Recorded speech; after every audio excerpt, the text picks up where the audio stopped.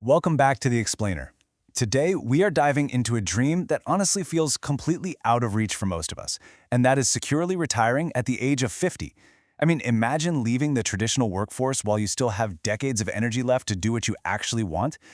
We're going to look at a strategy that suggests you can pull this whole thing off with a $2 million portfolio. Now, I know, that is a massive amount of money, but a lot of people fear it's nowhere near enough for a retirement that could literally last 40 years. So let's dig into the source material and demystify the math. Let me ask you something. If I asked you right now, how much money do you actually need to retire early? What number pops into your head? Do you think you need 3 million, 5 million, maybe even more?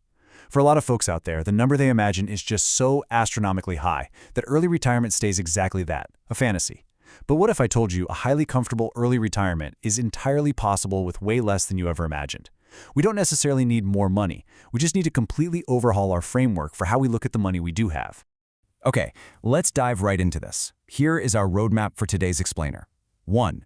Rethinking early retirement. 2. The dynamic spending shift. 3. The 3-bucket framework. 4. Surviving the worst markets. And finally, number 5, a tangible retirement plan. Starting us off with Section 1, Rethinking Early Retirement and Escaping the Fixed Withdrawal Trap. You see, the old way of retirement planning usually kicks off with the really rigid question, how much can I withdraw? Financial planners would pick one static rate, like the famous 4% rule, and just apply it blindly forever. But come on, real life isn't static, right? That is absolutely not how human beings actually live. The modern way of planning, on the other hand, is incredibly empowering because it shifts the focus entirely to time horizons. We start asking, what do I need my money to do, and exactly when do I need it to do those things? Instead of treating your savings like one giant fragile pot of money, we're giving every single dollar a highly specific job and a timeline. Moving right along to Section 2, the dynamic spending shift. Real-world retirement isn't a flat line, and to really see how this works, we're going to ground this explainer in a real-world case study. We'll look at an aggressive saver who's aiming to retire at 50, wants to spend $120,000 a year right out the gate, and then drops that to $100,000 at age 67. Now, you're probably thinking, wait, who just wakes up on their 67th birthday and suddenly decides to slash their budget? Well, okay, it's not quite that sudden, but directionally, it's incredibly accurate. In fact, data from the Bureau of Labor Statistics shows that roughly 75% of retirees actually reduce their spending over time. It usually happens gradually, dropping by about 1 to 2% per year in real inflation-adjusted terms. It makes sense when you think about it. People tend to spend way more in their active 50s and early 60s, traveling, exploring, doing all the fun stuff, and then they just naturally slow down a bit as they age. Take a look at how these spending requirements change over time. For ages 50 to 66, a retiree needs that full $120,000 directly from their savings. But hit age 67 and two major things happen. First, their overall lifestyle spending naturally drops to $100,000. Second, and this is huge, Social Security kicks in. In our model, a high-income earner is going to receive about $43,200 a year from Social Security. This means the pressure on your portfolio drops drastically. From age 67 onward, the portfolio only needs to generate $56,800 a year. It essentially transitions from being your primary income source to just a supplemental one. But hey, let's be real, life rarely follows a perfectly smooth mathematical plan. In the original source material for this explainer, the author actually noted they had to pause their writing because their dog, Peanut the Yorkie, started frantically barking at the landscapers outside. And you know what? That is actually a beautiful metaphor. Life is loud. It's unpredictable. Financial emergencies are going to bark at you when you least expect them. And that is exactly why our financial plan literally cannot be a rigid flat line. It absolutely must be built to handle disruptions gracefully. Which brings us perfectly to Section 3, the 3-bucket framework, giving every dollar a specific job. So let's walk through how to handle those life disruptions using these 3 steps. Step 1 is bucket 1, which is your safety money. This is entirely for your near-term spending. Then step 2 is bucket 2, your bridge money, which is meant to step in for those intermediate years and eventually refill your safety bucket. And finally, step 3 is bucket 3, your long-term growth. This is the money you are absolutely not going to touch for a very long time, allowing it to compound. When you look at $2 million as one giant pot, it feels super fragile. But when you break it into these steps, it's like a giant puzzle coming together. It transitions from overwhelming fragility to totally manageable intention.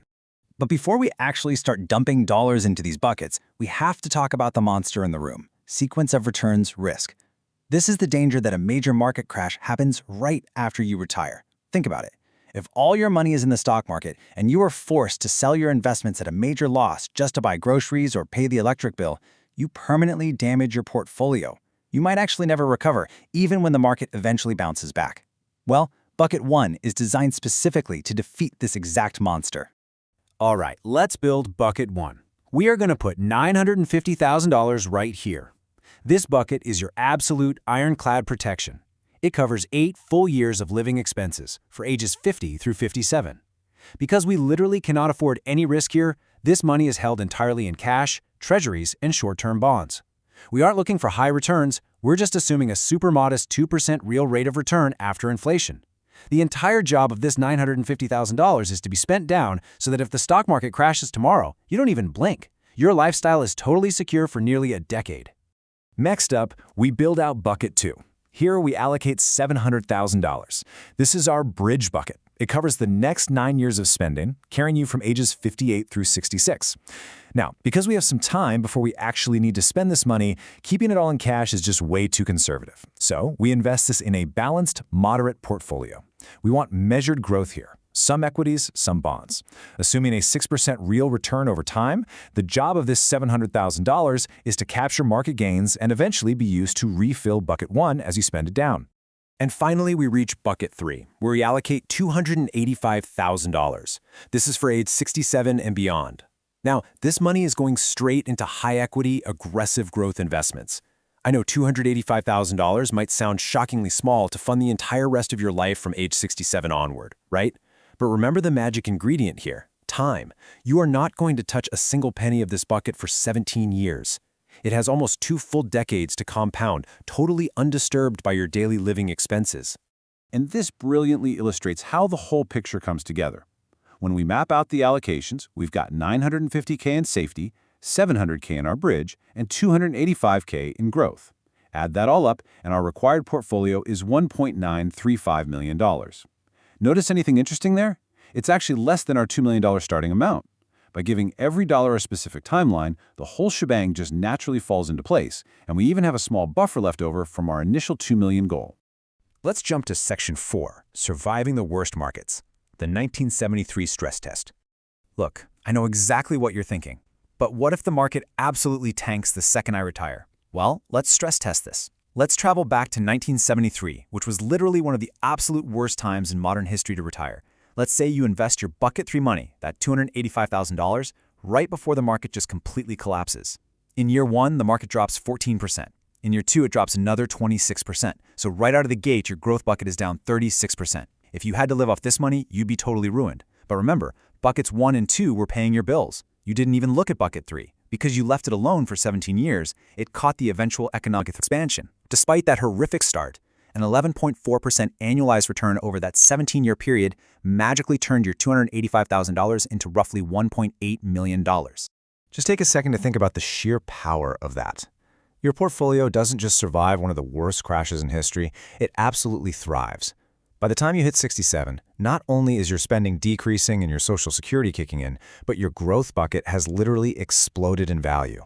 This exact setup is a real game changer because it gives you the ultimate flexibility later in life. You've got a massive cushion for unexpected healthcare costs, you have the wealth to help support your family, or you can leave a lasting legacy or give to charitable causes. You are entirely in the driver's seat. Which leads us to our final section. Section 5, a tangible retirement plan. Your $2 million blueprint. Okay, here is your $2 million blueprint laid out clearly so you can really visualize it. From age 50 to 57, your safety bucket holds $950,000 in cash and treasuries, completely shielding you from market volatility. Then, from 58 to 66, your bridge bucket holds $700,000 in moderate investments to capture some growth and start refilling your safety net. And finally, for age 67 and beyond, your long-term growth bucket holds $285,000 in high equities, compounding undisturbed for 17 years. Breaking down $2 million this way completely removes the guesswork. It turns an overwhelming, massive sum of money into a highly structured, manageable, step-by-step reality. So, having seen exactly how the math plays out when you divide your money by time horizons rather than static withdrawal rates, I really want to leave you with this final thought. Look at this structure. Look at the absolute protection it offers in your 50s and the massive growth it allows for your 70s. With a $2 million portfolio managed this way, Could you comfortably live on $10,000 a month at age 50? Does an early retirement suddenly feel a lot less like a pipe dream and a lot more like an achievable plan? I highly encourage you to apply this framework to your own financial goals. You might just be surprised by how soon your future can actually begin. Thanks for exploring this with me on The Explainer.